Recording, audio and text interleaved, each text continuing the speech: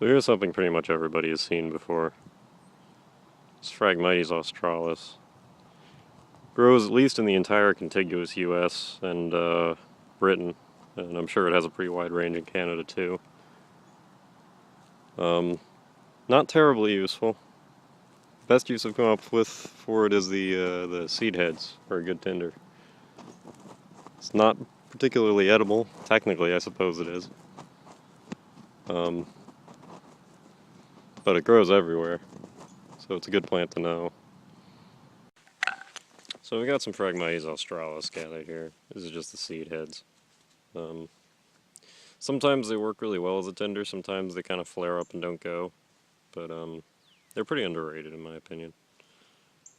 What I'm more interested in talking about is technique in using a Firesteel, because a lot of people use them, and in fact I think people overuse them. I don't think they're as useful as people give them credit for most of the time, but I've practiced with them quite a bit, and I think they have a lot of value, particularly as an educational tool, because they present quite a few unique challenges that force you to interact with the landscape and learn the properties of different materials and that sort of thing. So they're great as an educational tool. I don't think they're not my number one go-to way of starting a fire by any means, but they have certain advantages. They can't get soaked like matches. They perform just as well in the cold as they do in warm temperatures, which lighters don't. The average Bic lighter, anyway, is very, very testy in the cold. Once it gets below 20 degrees, lighters have a tough time operating. You need to warm them up in your hands first, and even then they'll only burn for a couple of seconds. And of course, this is the most inexhaustible, I suppose. Windproof for the most part. But 9 times out of 10, these really aren't the best way to get a fire going. They're actually fairly annoying. And I think people trust them too much as a quote-unquote emergency tool. And if you don't practice with these are going to do more harm than good if you're in an emergency. Because they give you this false sense of security of like, oh, this is an emergency fire lighting tool. Well, if you don't know how to use it, it's not good for anything. You need to be trained. So anyway, the most important thing when you're starting to use one of these is understanding the kinds of sparks you need to light anything. Most people, when they start, and this includes me, when they start, produce little flashes like that, which go out, before they even hit anything. You can't light anything with that. I mean, I can go like that all day. That's not going to light the bundle. What you need is a shower of sparks that goes a certain distance, a few feet, before it goes out. So,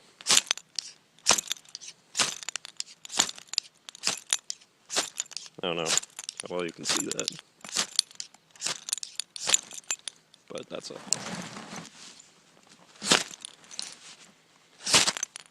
like that. A good sized shower of sparks, and decently large sparks too. So, and the way that works is something like this. And you want to open these up. Any tinder bundle you want to use, you want to have it opened up so there's enough air there. And ideally it should go in one hit. It might flare out, but that should prove the point in any case.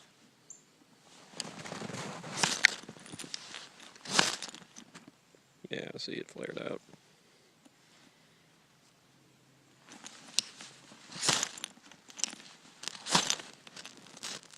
There we go.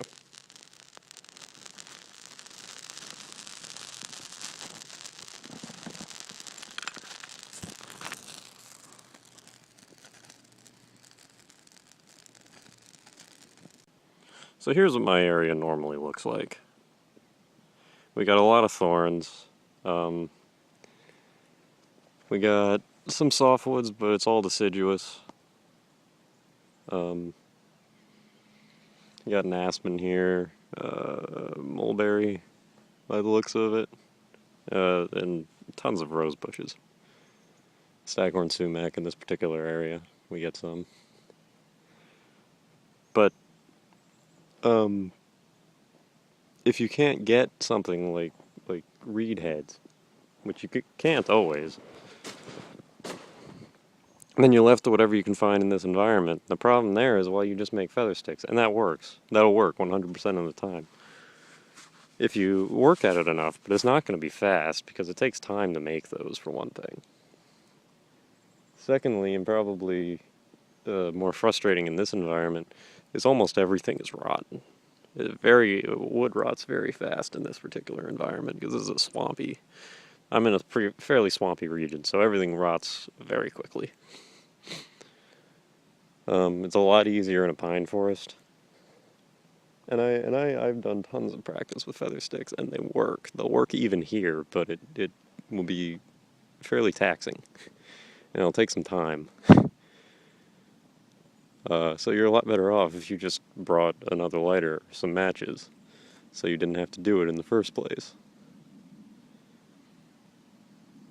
So anyway, I just think that's worth pointing out, because I think there's sort of an over-reliance on these tools by people who haven't used them that much. And certainly in the way they're marketed as far, far more effective and versatile than they actually are. They have a place. But you need to view that with a degree of perspective.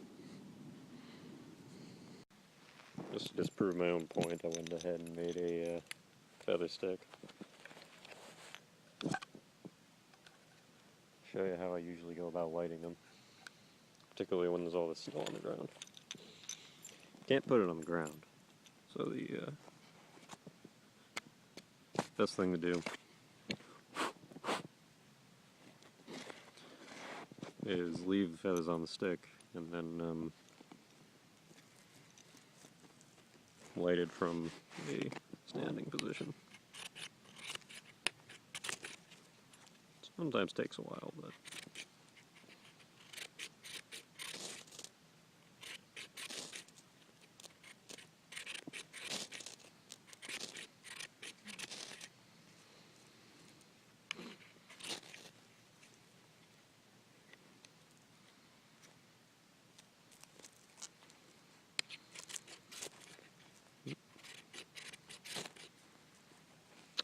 this one's a little hard to maneuver.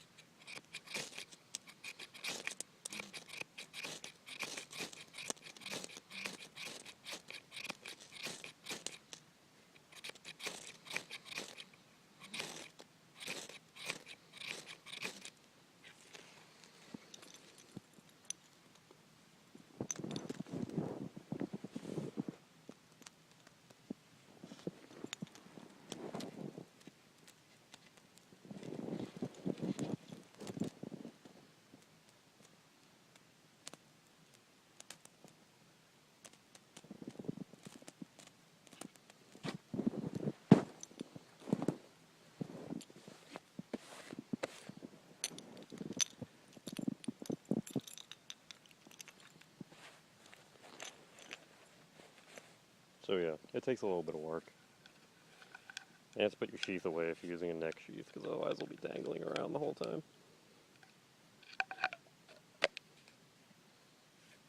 I realize there's one useful tip. You saw there are two different sort of techniques for using Firesteel. One is where you hold the knife and then you pull back on the Firesteel, and the other is where you hold the Firesteel in place and then you bear down on it with the knife. Problem is, when you pull away, it creates this even shape like this. See if I can get that focus.